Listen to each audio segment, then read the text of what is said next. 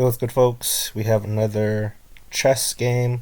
We're starting off as black. 10 minutes on the clock. We push up the queen pawn. We take his. His queen is out early. We're going to pester the queen. He wants to trade queens. I really don't like trading queens if I can avoid it. So I put my bishop here to block it. He develops the knight. We start to control for the center. Instead of developing his other pieces, he pushes his knight here. Very powerful square because he's an octo-knight. It looks like he's attacking this bishop, but I have the knight here to protect it as well. But then I move my knight out of the way, but this knight is also protecting it. I should have eaten it with the knight. Now that I'm reflecting back on this, I should have eaten it with the knight. I take it with my queen. We trade queens. That's okay. Developing some more pieces. From here, what I'm thinking is I could castle. I'm like, do I castle king side or queen side? The queen side has a little more pieces here to protect him.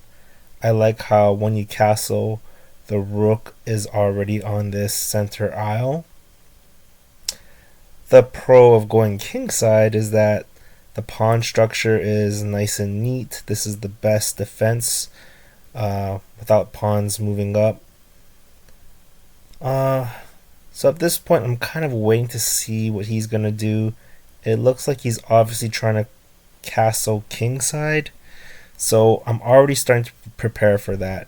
He hasn't developed these three pieces while my pieces are already have been developed. So you can already see positioning wise, black has the advantage. I begin to move my knights towards the left. I am already anticipating him castling to the king side.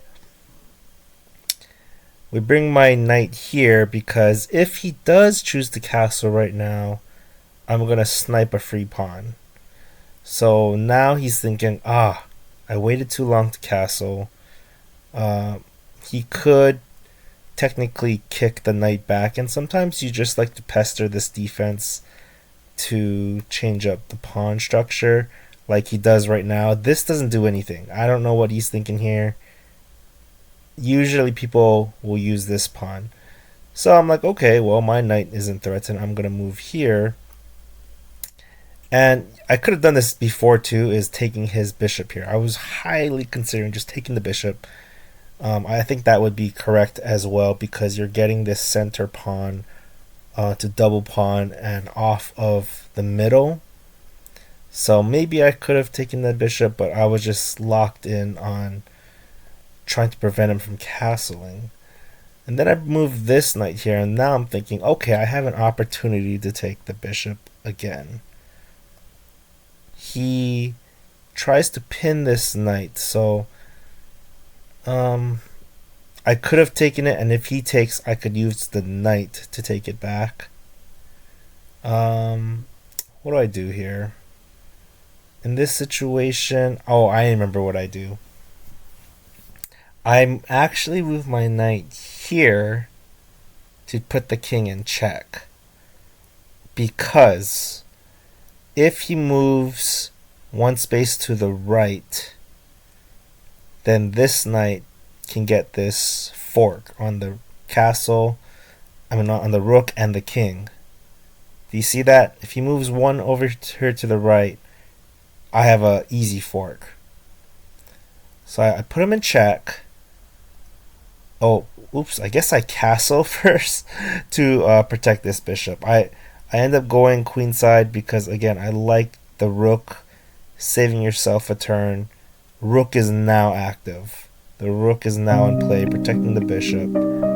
What does he do here? He moves his knight here, which is threatening this pawn and check and attacking my bishop. So I think I actually continue on with my check. And part of me is also anticipating that he moves forward one. I kind of want him to move forward one to attack my knight. knights are hard to see and anticipate where they're gonna go. And from if he attacks my knight, this knight I want to bring back here in d4 to put him in check again, meaning he's gonna need to answer to it. So he comes up forward. I put him in check again, and now he will either have to move his king again, and again, if he goes here, that's a fork. And I'm thinking he might take it with his knight. He might take back with his knight, which diffuses this whole threat here. It's kind of like a distraction tactic where, hey, instead of, trying to play defense, I'm playing offense, checking his king. And another pro, obviously, of putting him in check here is that he cannot castle. He no longer has his easy escape of going queenside. So if you have the opportunity to put him in check, forcing the king to move, that prevents him from castling for the rest of the game. As anticipated, his knight takes my knight, and my pawn here on c5 now will capture the knight, which is a good spot, controlling the middle. It's also past the half court line, if you will. So this pawn later on, I guess it's blocked here, but it does end up staying for most of the game. I don't really know what he's doing here, trying to move his rook there. I don't think that's a good move, but anyways, we protect this pawn to further control the middle of the board. As you can see, his bishops do have these slants here, but I'm also attacking the bishop, thinking if he moves here to attack my rook, I can develop my pawn here. And his only safe spot is back here. He's going to have to retreat his bishop back here while I develop my pawn to protect the middle. So accomplishing several things at one time. I make a nice little pawn defense. He moves up his pawn to try and diffuse this pawn structure. And what I do here is I move my rook, anticipating he's going to eat, and I trade. And then my rook will have this isle, boom, this nice clear isle, putting his king in check, just like that. And this, having this isle, any center isle with the rook is very powerful for a lot of setting up other trades or traps. Like this, he kind of screws himself over a little, where he puts me in check here.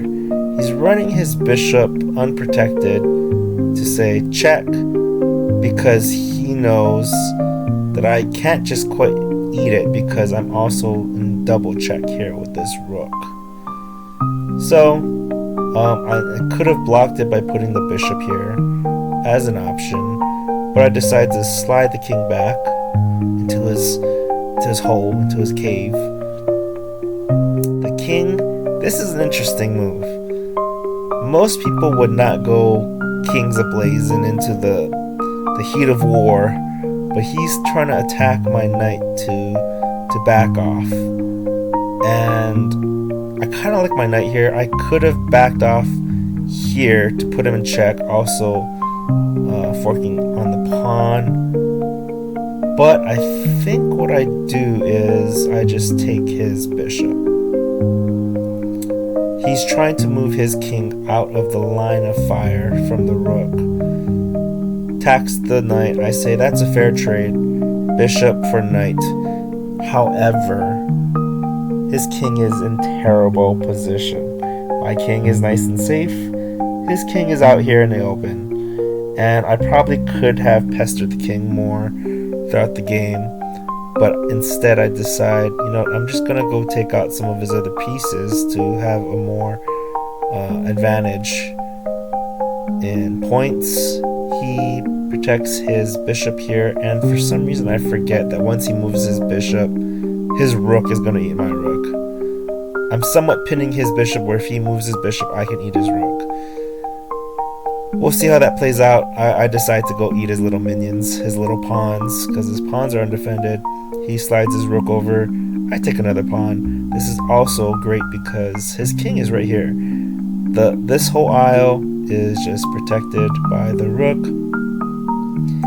I believe he slides his bishop here to attack my bishop.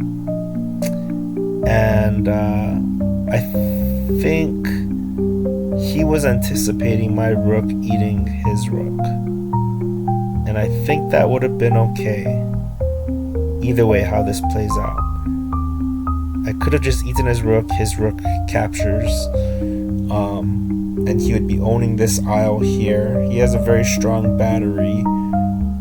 Double rook here. But my king is protecting this square. My rook is here. I don't really feel too threatened. Instead, I end up trading the bishops.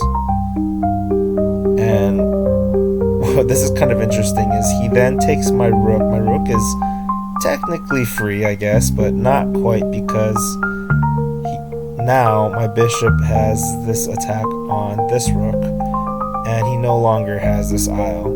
This double battery rook that he had on this aisle basically gets diffused. He takes a rook, I took a rook. If you look at this is actually I win the exchange. I get the pawn. I get bishop, he gets rook, I get rook. That's winning a piece in that trade. So it doesn't seem like he saw this bishop hitting his rook. He then takes this open aisle, and then I start to push the pawns. This is okay. Not a good move. Not a good move. Because then I just move a pawn up, and now the only weak pawn is on h7. So he's moving his king back. I don't quite have the artillery, the manpower to really bring my pieces in and put them in checkmate. So I figured, why don't we go after these pawns here? I believe my bishop takes the pawn. He moves his pawn up. I'm anticipating this square here. He's going after my weak pawn. All I have to do is push it up to h5. And this is where it gets a little tricky, where I probably misplayed. He's attacking. Now the weakest pawn is on g6. I move my rook here, and for the most part it's safe. Had he moved his king here, I would have lost this pawn. He has 2 attacks on this pawn, and I really can't defend it. My bishop has no way of getting to interfere, except if I am able to get my bishop to this square, his king can no longer come down here, right? This is like a defense, like a firewall. There's no way he can get through if my bishop can get there. He moves his pawn there, which I'm not sure if this is the right move. I could have just taken the pawn, but again, I think he should have moved his king here. Anyways, I take advantage of that, and I bring my bishop here to protect that space. Now his rook is just trying to do whatever it can, but by itself it really isn't able to accomplish much. He moves his pawn, I take, he takes. I then say, what are you gonna do? You gotta get out of here. He goes back to that space.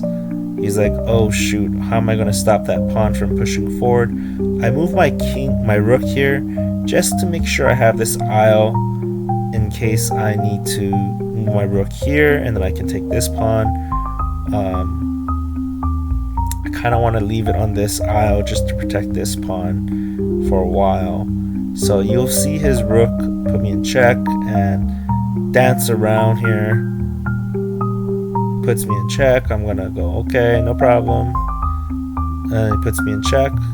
No problem. He can't eat this pawn. He's attacking my pawn when my pawn just needs to move up. Puts me in check. No problem. And I'm threatening hit this pawn here. He says, okay, well, I'll eat your pawn. I say, nope, it's protected. And we'll kind of dance around here while I move the pawn up a little bit by little. He's constantly trying to capture it, and just using my king without using my other pieces, I'm able to protect this pawn. I was trying to avoid stalemate. We have both 2 minutes on the clock. So forcing the rook to move, that's not a great move, because now what? Now what are you going to do? You're going to stand in front of me? Okay. We know where this is going. His king can't do anything. My king says, now what, boy? Now what you thinking? Where you gonna go? He decides to get out of the way. The pawn and the bishop are both protecting each other. Had he been able to get his king here, I still don't think that would be a great trade. He would have to sacrifice his rook. So we get a queen, and the purpose of this is to get his rook. Now he has to make a decision. He's going to take the queen, which is the right move, but now his rook is out of the game. That was his best piece. Now he's got his king, his lonely king, and 2 pawns. I say, okay, let's go ahead and deal with these pawns. I have to be careful because I have a habit of stalemating and not being able to checkmate, and doing a weird draw because I don't properly checkmate. Anyone who's played chess has done this before. So now the main goal is to not stalemate and draw. I say, okay, we're going to take out your last dude. And his king, he keeps going back and forth, because these are the only 2 squares he can go to. Actually, now that I think about it, he could go here. He could go here, here. He could go here. He goes back and forth. He has some options. I'm going to get a queen. Why not? I leave these pawns here. They're all protecting each other. Look, he can't go here, this bishop.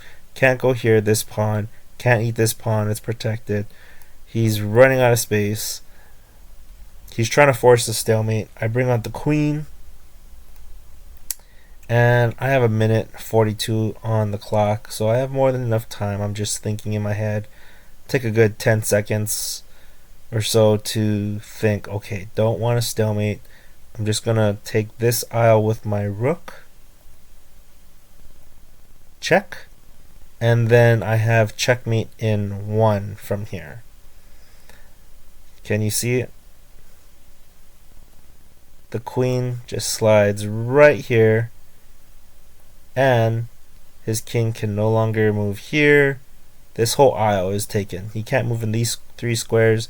Can't go here because the queen can't go here because the queen and bishop. Can't go here because of the pawn. Can't go here because of the bishop. Checkmate.